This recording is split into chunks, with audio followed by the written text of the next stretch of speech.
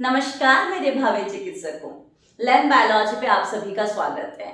मैंने अपने पहले वाली सारी क्लासेस में सेल बायोलॉजी के बहुत सारे टॉपिक्स कंप्लीट करवाए हैं और आज सेल बायोलॉजी का ही एक सब टॉपिक जो कि बहुत छोटा सा टॉपिक है, एनसीईआरटी में 2 लाइन का दिया हुआ है, बॉडीज को पढ़ने वाले हैं और ये वहां पे जो दिया हुआ है उससे क्वेश्चंस बन जाएंगे नो डाउट, बट फिर भी हम इसको और डिटेल में देख लेते हैं। जो भी कुछ इंपॉर्टेंट क्वेश्चन अगर वहां से रेज होंगे तो आज जो पढ़ने जा रहे हैं उससे बाहर क्वेश्चन नहीं जाना चाहिए, ऐसी आशा के साथ आपको ये टॉपिक मैं पूरा करवाऊंगी।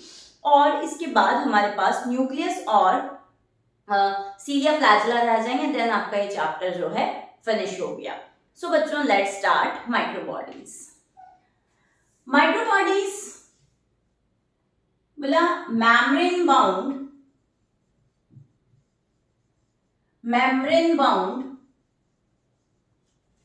vesicles। अब वेसिकल्स ये कैसी हो सकती हैं? ये स्फेरिकल हो सकती हैं, ओवल हो सकती हैं, okay. Contain various types of enzymes,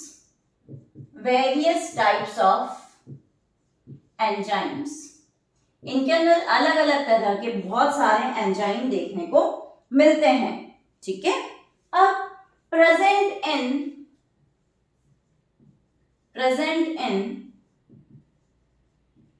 both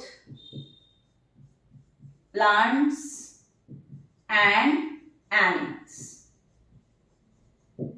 microbodies present in both plants and animals. अब एनसीईआरटी ने ये बात कॉमनली कही है, बट जब आप टाइप्स ऑफ माइक्रोबॉडीज देखते हो तो वहां पे पता चलता है कि कौन सी आपकी प्लांट्स में मिलती है, कौन सी आपकी एनिमल्स में देखने को मिलती है। जब आप माइक्रोबॉडीज की बात कहेंगे तो आपका पर ऑक्सीसोम एक माइक्रोबॉडी है, उसके बाद ग्लाइऑक्सीसोम एक माइक्रोबॉडी है,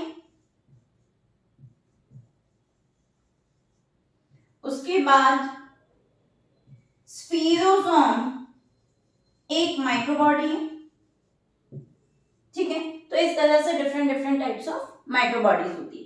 सबसे पहले हम जिसके बारे में बात कर रहे हैं बच्चों, वो है आपका पर ऑक्सीसोम। पेरोक्सिसोम के लिए एक अनदर टर्म और यूज की जाती है, दैट इज यूरिकोसोम।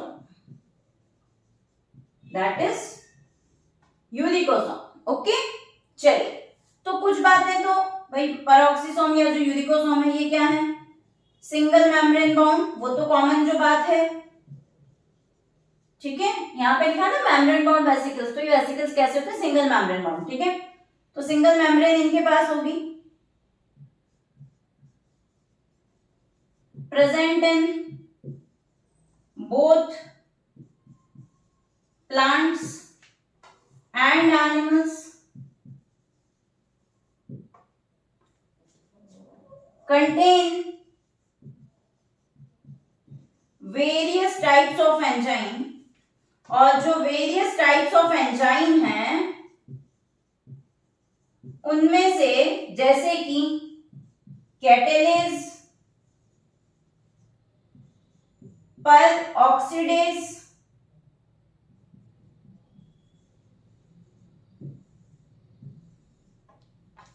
प्रेजेंट होते हैं, ठीक है। सिंगल मेम्ब्रेन बाउंड है, दोनों प्लांट और एनिमल्स में देखने को मिल रही है और इनमें अलग बहुत सारे एंजाइम्स देखने को मिलते हैं, जैसे कि मैंने बोल दिया कैटेलेज और परऑक्सीडेज। जब आप इनके फंक्शन की बात करेंगे बच्चों,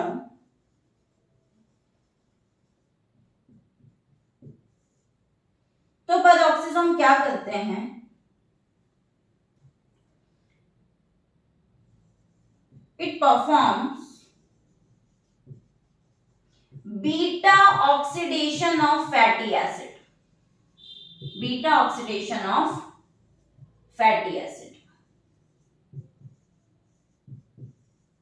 ये क्या करते हैं, फैटी एसिड्स का बीटा ऑक्सीडेशन करते हैं। बच्चों के दिमाग में क्वेश्चन आएगा कि एक्चुअली ये बीटा ऑक्सीडेशन होता क्या है, तो हम यहाँ पे ध्यान रखें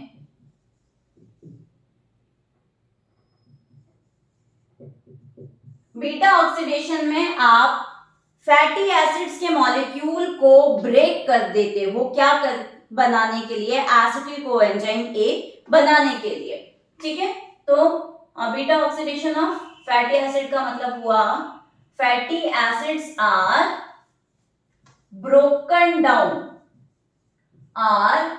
broken down to make acetyl coenzyme A molecules। Acetyl coenzyme A के मॉलिक्यूल्स को बनाने के लिए आप क्या करते हो, फैटी एसिड को ब्रेक डाउन करते हो, उसी को कहा जाता है beta oxidation of fatty acid. अब यहाँ पे मैंने लिखा कि it perform beta oxidation of fatty acids. तो आप इस बात को देखो, क्योंकि प्लांट और एनिमल दोनों में मिल रही है, तो मैमल्स के केस में beta oxidation completes in both peroxisome and mitochondria, but in plants beta oxidation exclusively completed inside peroxisome। Okay, तो यहां पे आप इस बात को ध्यान रख रहे हैं, स्टार मार्क करके लिख रही हूं। in mammalian cell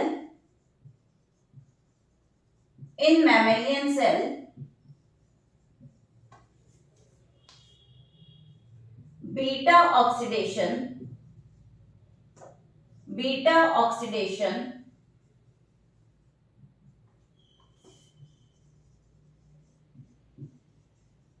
completes in both mitochondria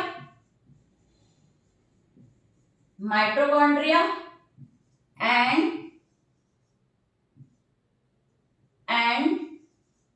peroxisome, but in plant cells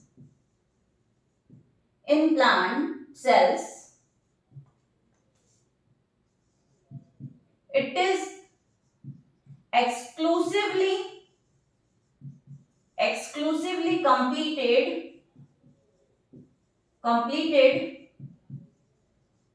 inside peroxisome। Okay, तो प्लांट सेल में ये एक्सक्लूसिवली किसमें कंप्लीट होता है, पेरोक्सिसोम में। नेक्स्ट, ये क्या करता है, हाइड्रोजन पेरोक्साइड का ब्रेक डाउन करता है। तो अभी जब आपको एंजाइम्स बताया कि इनके यहाँ पे अलग अलग तरह के एंजाइम मिलते हैं, जैसे कि कैटालेज एंजाइम, पेरोक्सिडेज एंजाइम, तो वहां पे आप ये कहेंगे कि जो हाइड्रोजन पेरोक्साइड है H2O2 उसे आप ब्रेक कर देते हो किसके अंदर, वाटर और ऑक्सीजन में, क्योंकि वो नेचर में टॉक्सिक होता है। इट ब्रेक डाउन H2O2 को ब्रेक करता है, ठीक है, और H2O2 को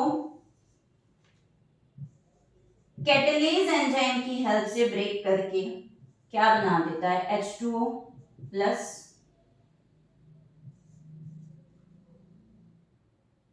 O2 बना देता है। ठीक है, इतनी बात समझ में आती है।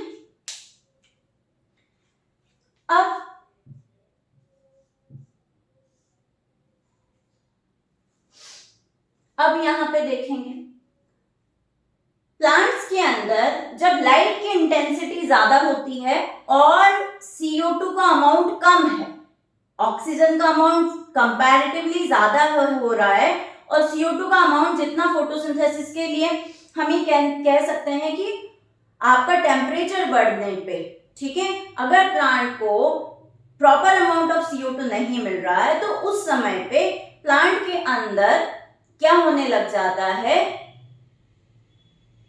आपका रुबिस्को एंजाइम आपका कार्बोक्सिलेशन करने की जगह ऑक्सीजनेशन करने लग जाता है। तो उस समय पे जो प्रोसेस कंप्लीट होता है वो कहलाता है फोटो रेस्पिरेशन। तो फोटो रेस्पिरेशन का प्रोसेस कहां पे कंप्लीट होता है, पेरोक्सिसोम में कंप्लीट होता है, बट सिर्फ वही नहीं कंप्लीट होता, और भी 3 ऑर्गेनेल हैं। देखो, तो क्या क्या परफॉर्म कर रहे हैं, बोला ये परफॉर्म कर रहा है फोटो रेस्पिरेशन, और बच्चों फोटो रेस्पिरेशन को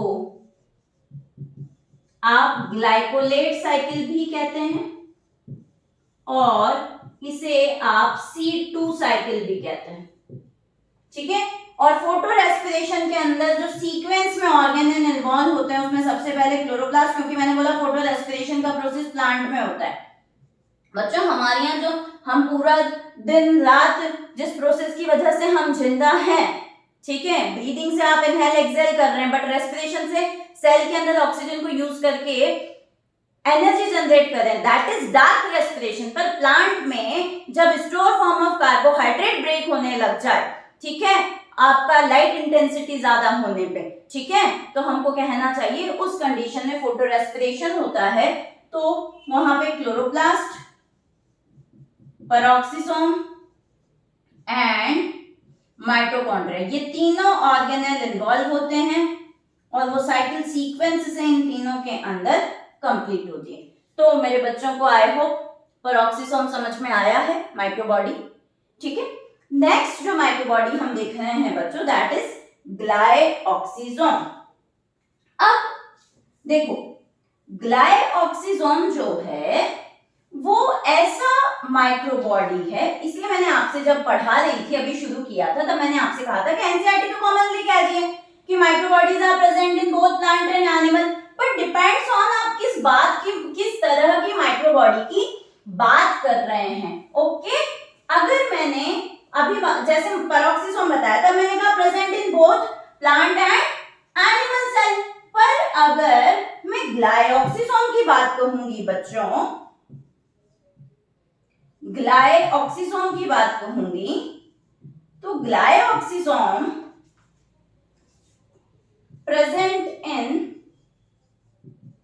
present in plant cells।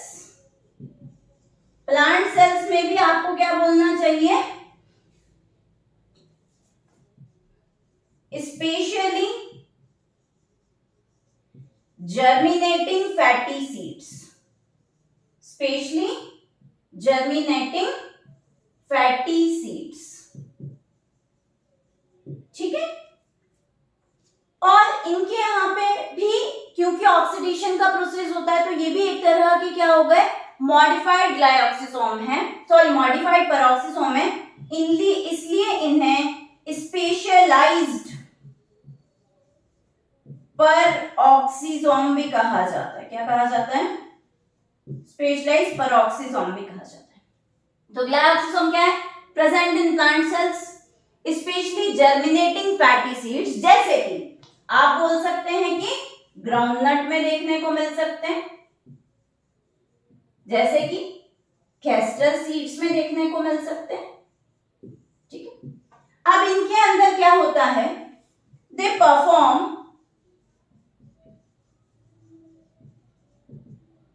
कौन सा प्रोसेस कंप्लीट करते हैं, बोला ग्लाइऑक्सिलेट साइकिल कंप्लीट करते हैं। कौन सी साइकिल, ग्लाइऑक्सिलेट साइकिल। अब बोलोगे ग्लाइऑक्सिलेट साइकिल क्या होती है मैम, तो ग्लाइऑक्सिलेट साइकिल बच्चा वो होती है जिसके अंदर आप स्टोर फॉर्म ऑफ लिपिड और फैट को किस में कन्वर्ट कर देते हो, सिंपल शुगर में कन्वर्ट कर देते हो, या स्टोर फॉर्म और फैट और लिपिड किस में कन्वर्ट हो जाता है, कार्बोहाइड्रेट में कन्वर्ट हो जाता है, ठीक है। तो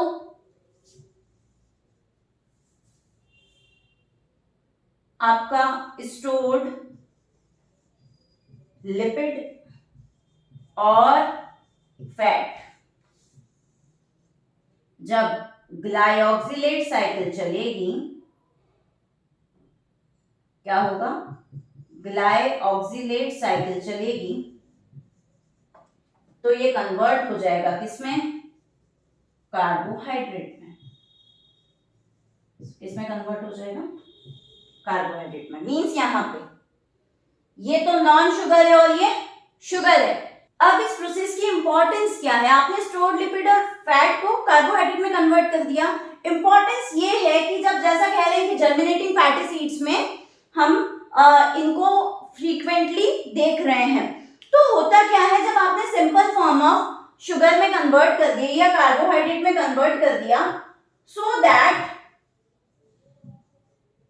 it can be translocated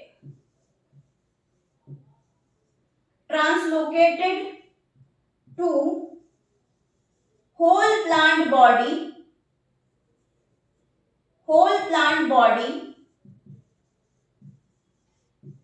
of young plant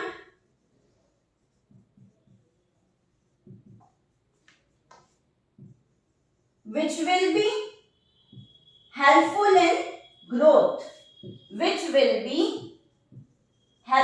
in growth, means ये जो शुगर है, ये शुगर उस जर्मिनेटिंग सीड के जो सीडलिंग बना है, जो प्लांटलेट बना है, उसकी ग्रोथ में काम आएगा।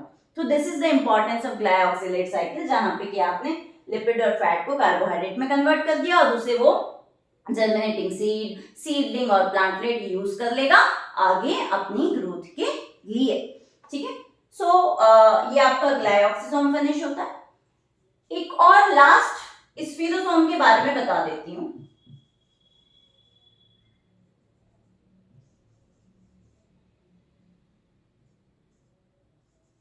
स्फीरोसोम again present in germinating seeds,